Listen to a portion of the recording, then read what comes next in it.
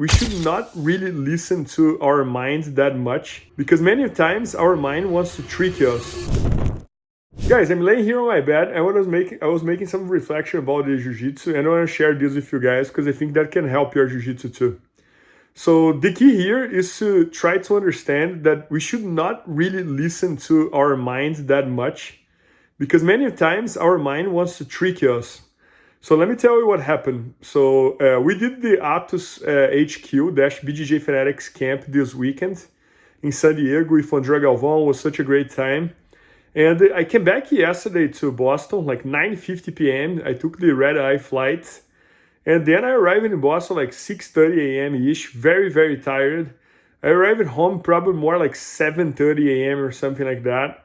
I took a nap and this and that, but I was feeling pretty tired today, And then I went to my school, 7 p.m., to teach a class from 7 to 8. And while I was driving, I was debating with myself if I would row, if I would train, and this and that. And that reminded me of a thought that I had when I used to be a professional athlete that happened today as well. So I was really feeling like kind of lazy, I traveled yesterday, arrived here in the morning, and then I didn't know if I should row or not. I was feeling pretty lazy. And I decided to row, and I had a great training session. I rowed very well, felt really good after that, and this and that. And when I used to be a professional athlete, that was very common as well. Many times I would debate if I should row or not. I would wake up feeling bad and this and that. And I would always end up training, and many times it used to be a great training session, So the bottom line here is that many times we wake up feeling that we're gonna have a bad day, kind of lazy, this and that, and we have one of the best training sessions ever. And then many times as well, the opposite happens. I wake up feeling great, feeling oh, I'm gonna do really well today and this and that. Ended up having a very bad training session. So I think the key here is to try to understand that we should not listen so much to our mind, we should not listen so much to our feelings, to how you're feeling and this and that, I think many times if we just keep going and if you ignore these feelings, we can do much better, and we can be way more consistent as well, Because, for example, imagine if I had not trained today, I would have lost one training session and this and that. And as you guys saw, I had a very good training session. So I think the key here is to try to not listen so much to our mind, And I will make a disclaimer here that as we age, I do think we should try to listen to our body, but not our mind, because many times our mind is lazy and then it tells that we should not train, and we should train. There's nothing going on there. As we age, for example, I'm 38 years old right now, very soon I'm gonna be 40. I do think it's very important to understand the body, to listen to the body.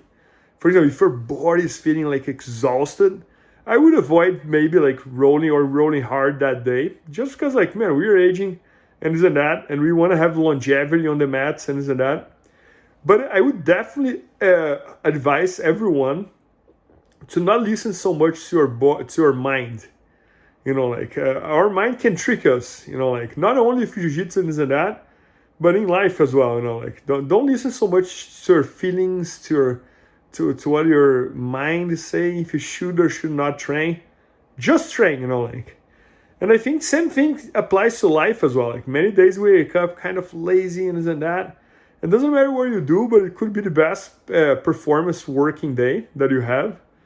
And some days you wake up feeling really, really good. You're motivated. You're feeling strong and this and that. And you can have a very bad work day, So I think the same thing that applies here on the mat also applies for whatever you do in life, So again, my 2 cents here is that you guys don't listen so much to your mind in jiu-jitsu. If you feel kind of lazy, it has no correlation whatsoever that you're gonna have a bad day of training. And also the feelings that when you feel very excited, feel very strong and this and that, it also doesn't mean that you're gonna have a great training session and this and that, And guys, you can apply the exactly same mindset for tournaments as well, If you wake up one day in the day of the tournament feeling bad, feeling unmotivated, feeling should I do this or not? there's no correlation that you're gonna have a bad tournament, you know, like, and vice versa. The day that you wake up so excited as well, so pumped that you're competing and this and that, be careful as well, you know, like, don't go like, remember that if you have an opponent in front of you as well, you can do some mistake and you can lose the match. But anyways, I think the main message here is for us to understand that our mind can definitely trick us. And it's kind of like our job to be disciplined and consistent enough to really not listen to our body and just do what we have to do, you know, like, we just gotta get it done, you know, like. And once again, like, if you're aging, if you're older, and your body is telling you not to train, you feel like exhausted, very sore, your joints feel kind of like weak and this and that, that's the time that I would say, like, okay, that's fair. Don't train today, don't row today, or maybe row very light, or maybe don't row, and this and that, you know, like. And it's funny because, for example, if I was giving this advice to a 18-year-old kid or 19-year-old, I would tell him to not even listen to his body, you know, like, I think on that age, nothing breaks. You can just keep going, you can just keep pushing. But, and especially not to listen their mind, right? Because I think when we were very young, we don't have as many discipline, as much determination, that kind of stuff. And it's even easier to feel lazy, you know, like, and, but to compensate that, our body is never like tired, right? And then as we age, I think it's not as often that we feel lazy, but our body screams more, you know, like, so we have to listen more to our body. But anyways, guys, I felt this would be a very good reflection. Right after the class, I even talked to my students about that as well. And while I was laying down here on my bed, I was just thinking about this. And I was like, you know what? This time I'm not even going to normally I put the lights. Sometimes I do from the studio, sometimes I do from here. I put the green screens and that. This time I was like, I'm just going to lay down here and tell them what I'm reflecting.